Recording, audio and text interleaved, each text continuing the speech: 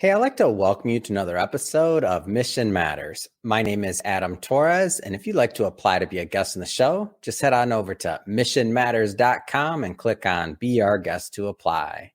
All right, so today is a special episode. We brought Jake Breen back onto the show, and I'm proud to announce that Jake is officially an author in our most recent Mission Matters book release. So first off, hey, just want to say, Jake, welcome back to the show and congrats. Appreciate it, Adam. Thanks for having me. Happy to be here. All right, Jake. So you're my guy when it comes to this. So I'm excited to go further today's topic. So we're going to talk for everybody listening. We're going to talk about really what Jake wrote about in the recent release. So he's writing about real estate myths, specifically myth number 1, location. Myth 2, buying a house traps you. Myth 3, the best real estate agents wear suits, have long meetings, and always return phone calls. I love that one. Myth number 4, the early bird gets the worm. Myth number 5, the best real estate agent is the one you know. We'll pick a couple of these myths to dive into today. But before we do that, we'll start this episode the way that we start them all, with our Mission Matters Minute. So Jake, we at Mission Matters, we amplify stories for entrepreneurs, executives, and experts. That's our mission. Jake, what mission matters to you? You know, I didn't necessarily know this in my early 20s, but a slogan that has stuck with my sales team as we've built the last 2 decades that we still use today when we're signing off on a lot of videos or online marketing is simply this: we educate you so you can make an educated decision when it comes to your real estate. I didn't know in my early 20s how impactful that might be when I got into my 40s, but as that's expanded, really what matters to me and my team is creating that financial literacy.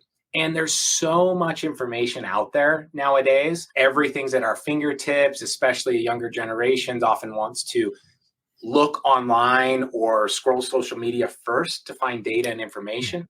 And although there's a lot of good information out there, there's also a lot of misinformation and bad information. And so maybe a decade, maybe 15 years ago, we got a little nervous, as many professionals did, that these advancements in technology would erode our value as sales folk. And now we've learned that it's just added more tools to our arsenal to give real information backed by solid data to assist people in making some of the biggest financial decisions in their lives when it comes to real estate. And well, great to have you back on the show. And we're definitely going to dig deeper into your mission and also the topic. But I don't want to assume that maybe some of our newer listeners caught some of the previous work we've done together. So let's just start kind of basic with how you got started in real estate and attracted to the industry. Sure. Yeah, I did a service project in my late teens, early 20s, and was out of the country doing service for a couple of years. And I always thought leading up to that I would go to law school. And I came home to Utah, Salt Lake City, Utah, and kind of started seeing the pathway I would take and the entrepreneurial skills I wouldn't be able to use that I was starting to recognize that I had if I just went straight down the law degree. And at the same time, a lot of things changed really quickly in my life. My parents got divorced, and I quickly found myself having to pay for everything on my own and sleeping on friends' couches and things like that. And I kind of went, gosh, I got to be a professional and make money right now. And so just decided to buy a house. This is a common story for a lot of people that get into real estate. Yeah. And at 21, 22 years old, it's like, who in my sphere of influence would trust me to sell their property? I don't know anything about it. I'm too young. So I started just with some remodels and flips. And back then it was a little less barrier to entry and easier to do, and loans were easier. But we had some success with that and started building a little team. And as we did those things and produced, we started getting people asking us, hey, can I do the same? And we were also adopting early technology back then. This is early 2000s. Yeah. So at least in our market, we were some of the first to go take digital pictures of properties and then give an analysis for what it could be bought for, what we'd have to do to it, and how much it would cost to remodel it. Fast forward 2 decades. This is kind of me and my friends from high school, and a lot of my family works with me now. And it got my brother a full-time business. He's a general contractor and custom home builder now. I've always run the sales team. My father's a broker. And so we kind of just grew organically like that. And I guess the last thing I'll say about it is I've spent the last 20 years not only doing professional real estate sales, but ran luxury brands, was managing broker of Sotheby's when that came to Utah. Was a managing broker of the corporate office of Berkshire Hathaway when that brand came to Utah. Yeah. Now own an independent boutique. And I would say we're unique because although our main business, we call it the bread and butter, is real estate sales, being a traditional agent, we've expanded into ancillary businesses and done all types of investing. We've owned every asset class, custom building. And then I've spoke around the country and done a decent amount of training. I was a public speaker for Berkshire Hathaway for 10 years, training agents on not just the industry, but also personal life habits. It's kind of a real interest and hobby for me on how to optimize all things in your life. I want you to talk to maybe that newer agent right now, or that individual that is considering going into real estate as a profession and a serious career. What do you think it takes to make it in real estate today as an agent? That's a great question, actually. We could Google this and there's a lot of like simple, swift answers, right? But I'll be very candid to, I might be thinking that. And I've got that question a lot. And let me also add before I answer it that I also spent 6 years at a local college here in Salt Lake City, Westminster, after I got a graduate degree, serving with them and creating a program called AMP. It's the Alumni Mentoring Program. And so I've worked with a lot of young, bright-eyed, excited entrepreneurs. And then I've also seen their excitement get kind of sucked out and removed by the business world, because we all have great ideas, but then you tend to dive in and there's a lot of roadblocks in all industry. Yeah. So in real estate, if you are going into sales, the first thing I'll ask somebody, and this might be a unique question, but I say, okay, what market are you getting licensed in? Great. Salt Lake City, Utah. What's your history in Salt Lake? You born and raised here? And I'll start going through these series of questions. And what I'm getting at is identifying what type of sphere of influence, that's what we call it in our industry, what type of sphere of influence that person has. In other words, who's your friends, family, who are ultimately going to be your clientele. Yeah. Now, it's okay if you're operating in a market where you hardly know anybody and you just moved there, but you've got to approach the business in a different way. And the second thing I will usually try to get at with people is I'm a firm believer that one size does not fit all. Now, I have competitors that run great sales teams and do really well under a very mechanic system and program. So there are tried and true programs that are, you prospect this much a day, you put on the headset, you read these scripts. We've been the very opposite of that approach for 20 years. And so when I'm talking to somebody new, I want to know what their sphere is, and then I want to know about them. And the older we get and the more we progress in business, the more you learn to who you are and what your strengths are, and you should focus on that. And new salespeople are often willing to say, things like, I'll do whatever it takes, or I'll just dive in and I'll work the off hours. And that's great. Work ethic matters a lot. Reliability and responsibility still matter a lot in the industry. But what can trump that and speed up your track to success is knowing yourself and focusing on when you're going to be most productive and what skill sets you have that can be tailored to service the industry well. And then it's just a lot easier. And then you don't hit burnout. You end up enjoying it and liking what you're doing. Yeah. And one of the things that you said that I love, because I think sometimes, whether it's real estate, financial advisory, like a lot of, let's just say, the professional services industry, where there's some type of sales component involved, there's different methodologies, there's different setups, for lack of better words. I mean, there's different ways to work with your mentors in the industry, and it's not necessarily one size fits all. So, I mean, I've heard many individuals who really thrive in that environment that you mentioned, that's really mechanical, do it this way, just keep on and Yep. keep on and keep on, and they thrive. Where others, at times, if they maybe entered the industry in that route and it wasn't for them, then they leave the industry because they think like that's the only way it can be done. And then you're a testament to, no, there's a whole nother way to do it as well. And not saying that your way versus another or something else is the right way, but it's more so like anything, like thinking about what's going to be a right fit for you and your goals, right? Yep, absolutely. Well said. Yeah, let's spend some time in the book. So first off, I love the approach and kind of the format that you took as the real estate myth buster. I don't know if that's a new acronym or a new moniker, but what was your kind of thought process going through with some of the topics that you chose, like and wanting to kind of bust these myths, so to speak? Like, what was your thought process in that?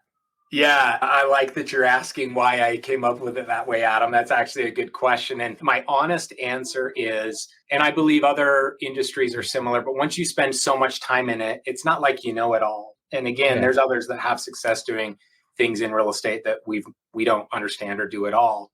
Mm-hmm. But I have a pretty good depth in the industry and can kind of wrap my arms around a lot of things. And I really decided to write about these myths because it just kind of irks at me. I've got these pet peeves of things I hear all the time. And despite how far my voice can travel and how much media I can put out there to dispel some mistruths, there's just not enough opportunity to resolve that. And, some of them are rather drastic fallacies that people play into that I still hear at least monthly, that are generally accepted as, the way real estate works and the way you're going to make it or break it financially, that just absolutely are not true anymore. Yeah. And I had to ask you that question because I knew it irked at you, and I had to get that from you because when I first saw it, I'm like, at first I was like, oh, these are really catchy titles. These are really catchy headlines and it's going to be a great read. And then I started thinking about, I'm like, I work with Jake. I know, like, he's getting this off his mind. He's getting this off his chest because he's tired of hearing it. Oh yeah, for sure. That's the real reason. Let's pick on some of the obvious ones that when I saw this, I was like I was just excited to dig in, because as soon as you read the headline, you're like, okay, myth number one, location. I feel like anybody in the industry otherwise has heard of that. Dispel the myth for us. So again, I mean, you bring up real estate and somebody will be like, oh, I read Rich Dad Poor Dad, location. And the first thing I say when somebody says that is I go, whoa, are we talking about your personal home? Are you looking for where you're going to move and raise your family? Mm-hmm. Or are we talking about investing? And people are usually, especially if someone wants to challenge me on this, they'll usually say, well, location still trumps everything, like, right? And, here's the fallacy. If we are defining location as safety and, again, where you're going to want to raise your family, then, obviously I'm well aware that in any market, there's, great areas, there's more crime-ridden areas, and we can look up that data and statistics and, kind of make an educated decision. But that's changing in a big way, one, because of COVID and remote work and all these opportunities and kind of equalizing certain markets and regentrification that happens. And we could go on and on there. Yeah. But then the other big part of that really dispels what people believe about location is the investment side of real estate. So the analogy we use in the book, and, I didn't just pull this out of thin air. I've done this study countless times for people. Mm-hmm. So in our market in Salt Lake, the Great Recession was November of 2008 to the first quarter of 2012. And in that time frame, median price declined 34% in Salt Lake County. Now, that's the greatest decline we've ever seen on record since we've kept real estate data in our market. In fact, there's only been 3 other times that we even saw a statistical median price downturn. And one of them is right now, and it's very different set of economic factors. Yeah. If you reverse your mindset, and I'm sure your market is similar, Adam, if you reverse your mindset to say 2010, winter of 2011, many people in the industry were just crying the blues. They were saying things like, the market will never go back to where it was. We'll never see that kind of pricing again. these easy to get, no doc loans. We never should have done that. And although there's a lot of truth to those things, here's the main point. And it's kind of back to the age-old adage that's always quoted about Warren Buffett said. And he said, be greedy when others are fearful and be fearful when others are greedy. Everybody I talked to was extremely fearful in winter of 2011. Mm-hmm. They didn't realize that it was only about 90 days past that time frame in which statistical median price started popping back up. And if you were a savvy investor at that time and watching trend charts, and let's say you had $1 million to invest, mm-hmm. if you went to the nicest spot, the location of our market, which let's say that would be ski in, ski out, or in your market, that would be beachfront. Mm-hmm. And sure, you would be buying at the bottom, so to speak, and you could spend that $1 million and buy a single family residence, and then maybe you rented that out or whatever. But there is market example after market example after market example that if you would have repurposed that same $1 million in a more blighted and depressed area and maybe bought 4 condos for $250,000, you didn't just make a little bit more money in the coming years.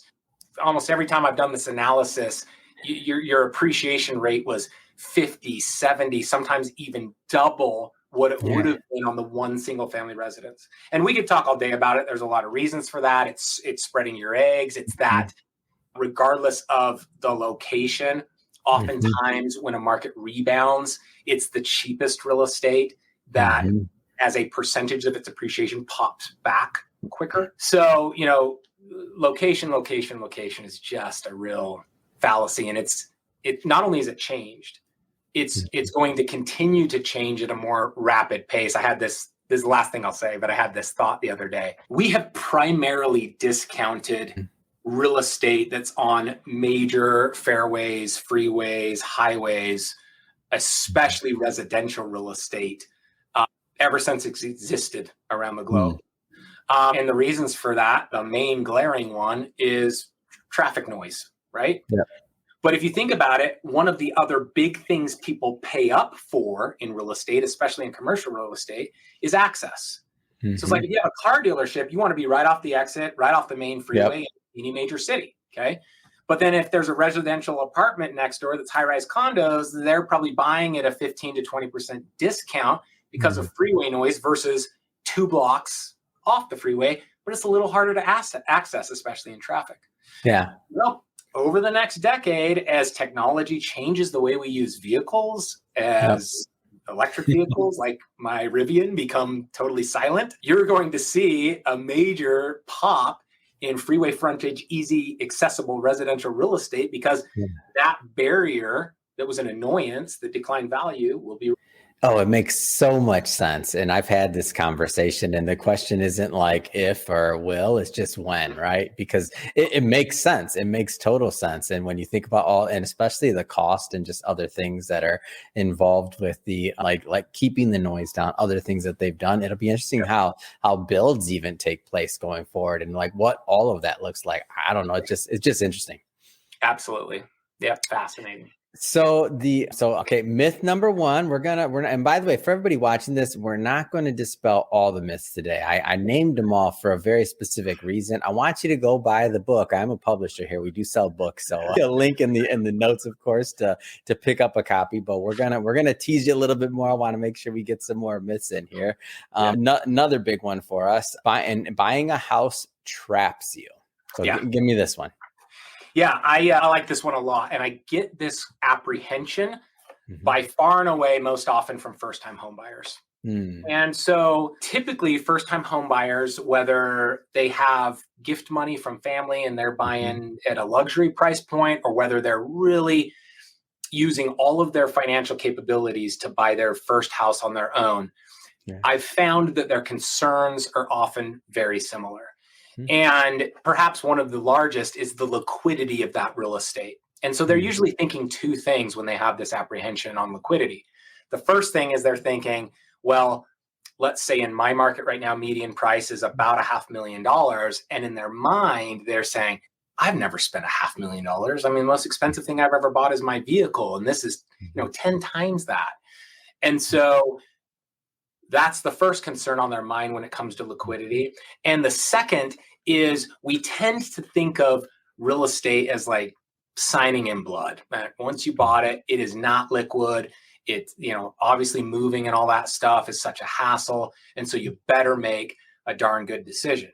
The problem with that thought process is, one, people who get too hung up on that, especially how the market's been the last decade post-recession and was even exacerbated during COVID, is time. Now, I'm going down a little bit of a rabbit hole, but if you think of how all of us as consumers are kind of predisposed on how to shop, well, we're in the day and age of everything being at our fingertips. You want a new TV? Check the price on Amazon, run down to Costco. Like, what's more convenient? Are you going to save $100 you can get it today if you go to the store? Prime will have it there maybe tomorrow morning. And it's too easy to do all that in 60 seconds. So we as consumers are jaded because we think there's unlimited supply, immediate access and availability, and that makes us feel like anything we buy is very liquid. So back to real estate. I've found, even if I give this speech, we as consumers have used those habits so often, it's ingrained in us, and we start to apply it to real estate. So you can look a first-time home buyer in the eye and say, our average days on market right now is 1 day. This is how it was during COVID. And every property that's up for sale is getting 10, 15, 20 offers. And here's everything you got to do to be competitive. And you can look them square in the eye and be super blunt on that. And they turn right around and apply their consumer habits and go, I'll look at a few this Saturday. We want to think about it. And they come to their parents like, don't make a rash decision. I mean, real estate, like, you buying that house is going to trap you. You'll be locked in for a long time. Here's the reality. The reality is real estate is far more liquid than you're assuming. And if you're buying a house for $500,000, you're not spending $500,000. You're really not. What you're doing, if you're getting a loan, which 87% of first-time home buyers are, so I'm making that assumption. If you're paying cash, it's different. But if you're getting a loan, you're only departing with the cash that's your down payment. And a lot of our first-time home buyers are doing FHA loans, so they're parting with 3 or 4% of the purchase price. So they're really parting with $20,000 and some moving costs. Of course, they're going to have a payment, but they have rent regardless. And even in a soft market, the 20 years I've been in the industry, even in the recession, that real estate is sellable. It's just a question of price. And it can be sellable in a weekend if the price is right. Now, the last caveat to this is when I say that, people go, yeah, but what if I buy at the peak and it declines? Warren Buffett said it, many others have. The worst thing you can try to do is time the market perfectly. What you can do, though, and what rules the roost in all real estate is what I call staying power. But it's also just an analogy with time. The reality is if you bought at the peak and you're thinking you're trapped in your house, you're only trapped while the market has the pricing suppressed, or if the price you could hypothetically sell for is less than what you paid. Okay. And again, people think in terms of, I paid 500, now the market's soft and it's only worth 4. Well, you didn't lose $100,000. I call that phantom equity. Remember, you only put down $20,000. You didn't lose anything yet. You incur that if you are forced to sell. On a rare occasion, people must, for a change in life or a job change.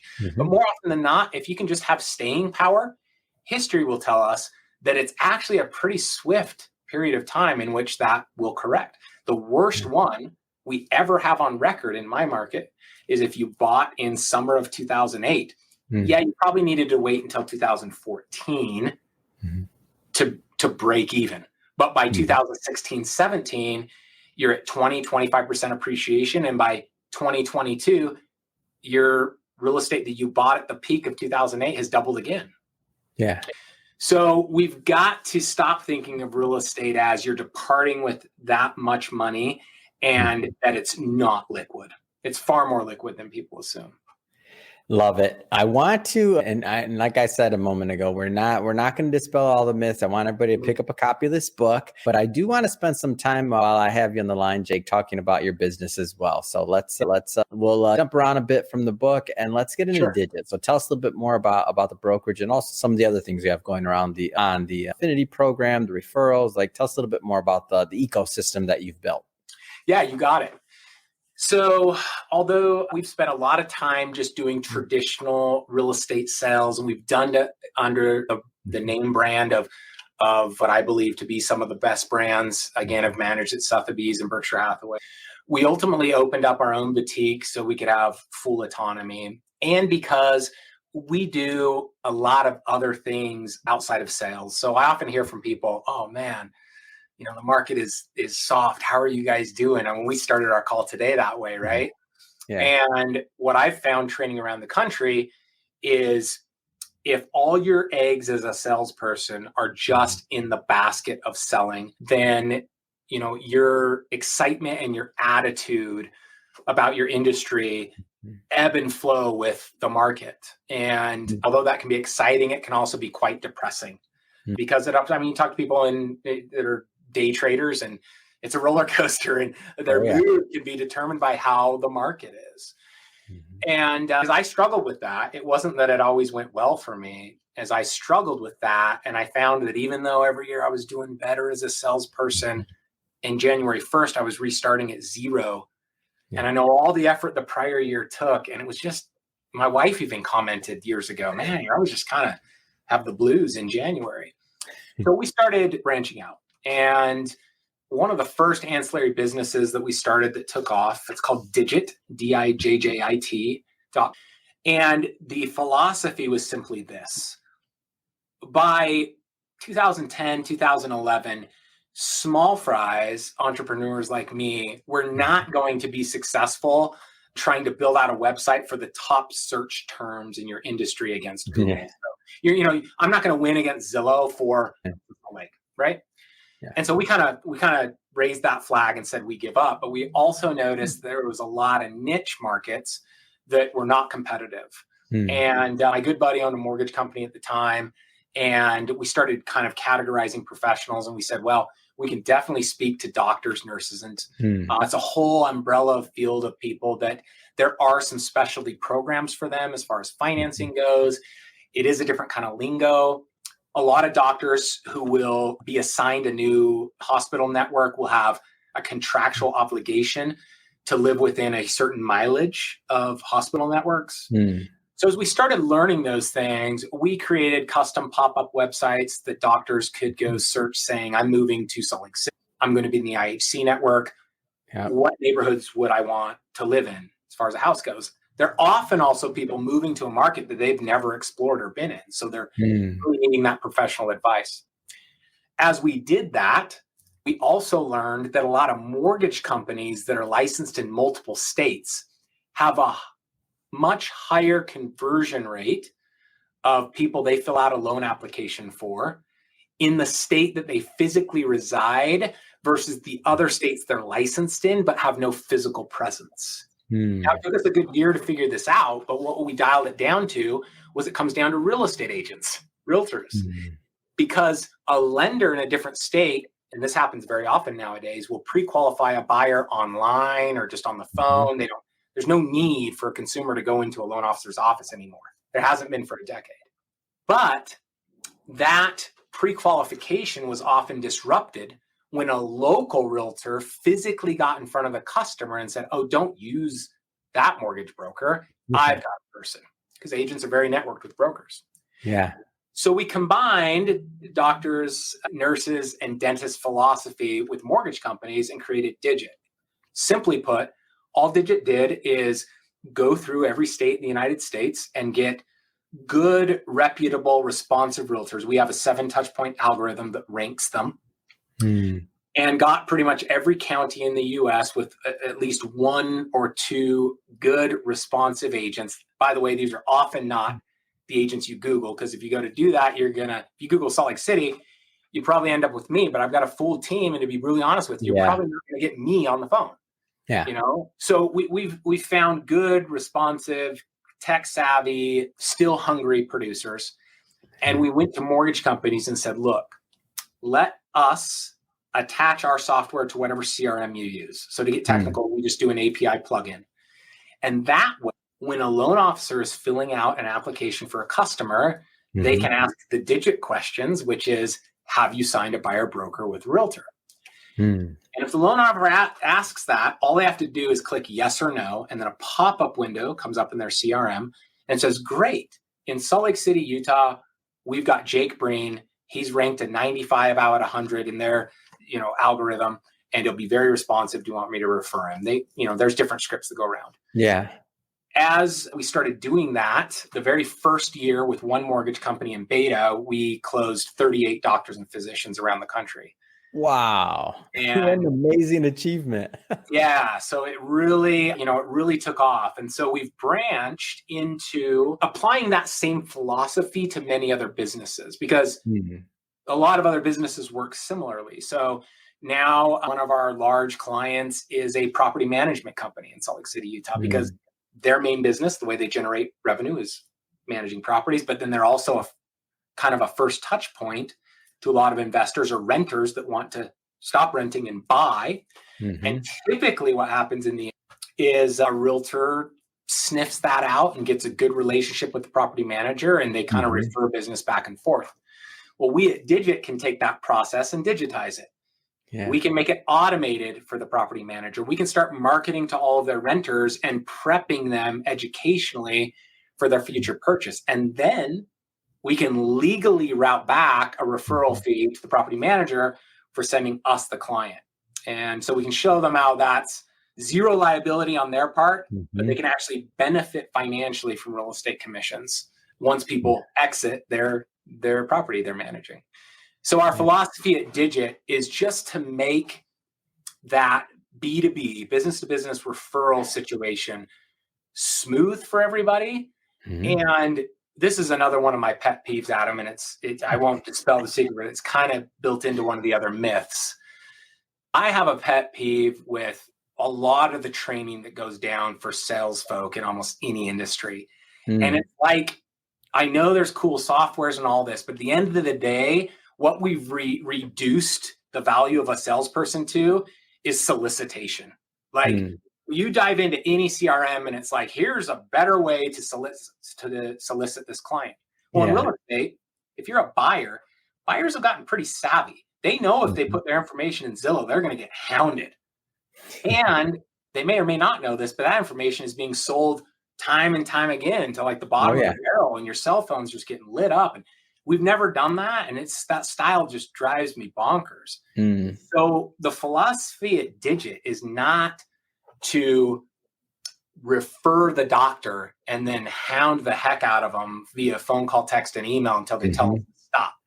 The philosophy is this, and truly, I don't know of any other software that's doing this around the country, but our philosophy is timing.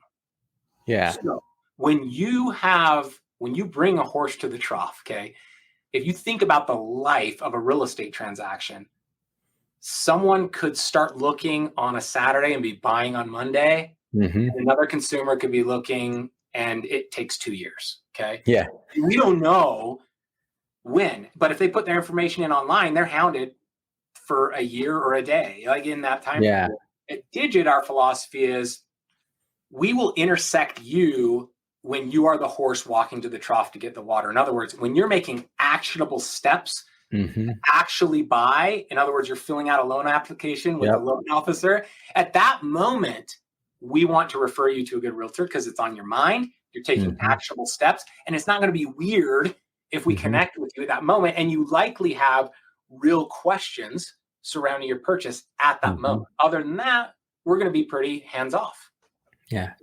Jake, first off, it's a brilliant model, and the timing part is just so like crucial in what you said, especially if in theory, maybe the individual has a little bit of rapport with the mortgage company as well, or the mortgage officer. And then what you're doing also is giving especially for people that are moving into a new market, they don't know nothing about, what you're doing also is giving a level of value to the actual home buyer that's looking anyway. Like, they don't know when they make? What are they going to do? Go online and Google and research like who's the best realtor in that market? It's just difficult. And then especially for some of the niches that you're working with, very busy professionals, right? Like they don't have that time. I think the model is brilliant. I'm curious. So how do people get involved, whether it's mortgage companies, whether it's realtors in different markets? Like how do people get involved with the Digit platform overall? Yep. The simplest option is just to go to our website, digit.com. It's DIJJIT.com. And you kind of covered it, Adam. We have a lot of options. So we're always looking for good realtors and we have leads. We always want customers. And so far, the last 6 years, we have some revenue models in which we might charge lenders. But so far, the last 6 years, we attach this software to whatever CRM the lender is using for free. We charge nothing. And we have data and statistics that proves, especially when you're crossing state lines where you don't have a physical office, we can increase your conversion drastically. In fact, 6 years running, we have a 27% increase in lead conversion for a cross state line lending for any lender that's been using us. Wow, that's big time. That's significant numbers you're talking about. It's awesome. So Jake, just have to add, first off, it's been great having you back on the show and reconnecting and seeing all the great work you're doing over at Digit. Of course, happy and thrilled and excited to continue to promote this book with you and for you. That being said, I know you're a busy guy. I got to ask, we're recording this in February of 2023. What's next? I mean, what's next for you? What's next for your real estate business? Hey, man, that's a great question. I wasn't ready for that. I am actually currently at a crossroads. So we went independent and boutique last fall. That's going great. Digit is growing outside of just the sales we do. I've got a lot of fun projects for me. Doing the design and kind of the investment side is just the fun part. And my brother, who offices right here behind me, he's our general contractor in-house. So we're kind of like what people see on HGTV. We cover that entire gamut. Yeah. And I am trying to decide how I splice my time and where I focus that energy. I currently am consulting for one of the larger ski companies in the United States, not Vail, but one of the other ones. So they've been actively buying ski resorts. So I've been able to travel around and help them master plan how they develop out these resorts. And, my kids are ages 15 to 3. And so I'm not going to spoof any of our listeners. I am spending a lot of time hanging out with them and vacationing and taking them out and sleeping more and trying to stay fit and healthy. Man, I love it. You deserve it. And that's awesome. I mean, this is one of those things when I talk about like entrepreneurship and people being entrepreneurs and the idea or whatever they choose to do of figuring out what balance and time is going to work for them throughout their life. So great to hear that you're getting some family time in there. Don't want to forget that. As we kind of close this out, if somebody does want to connect and learn more about Digit or the real estate brokerage or any of your other projects, I mean, just in general, what's the best way for people to follow your journey? I'll just give my personal email. I still respond to my own emails. I've got an assistant that watches it, but any generalized question. And if it's specific to Utah and real estate investing, I'm not only an expert there, we've got a lot of current material we can just send people. If it's questions in the industry of real estate, I do a decent amount of consulting there. So happy to answer anything, any questions anybody has. And my personal email is just jakebreen@gmail.com. So it's JAKE, B as in boy, REEN@gmail.com. Wonderful. And we'll put all that information in the show notes so that our audience can check it out and connect with you. And speaking of the audience, if this is your first time with Mission Matters or listening to an episode or engaging with the platform, we're all about bringing on business owners, entrepreneurs, and executives and having them share their mission, the reason behind their mission, really what gets them up and motivated and fired up to go out into the marketplace and make a difference every day. If that's the type of content that sounds interesting or fun or exciting to you, hit that subscribe button because we have many more mission-based individuals coming up and we don't want you to miss a thing. And Jake, as always, it's been a pleasure. Looking forward to continue this book promo with you. Thanks again for coming back on the show. Sure thing, Adam. And it's been great to see you grow as well. So appreciate the time.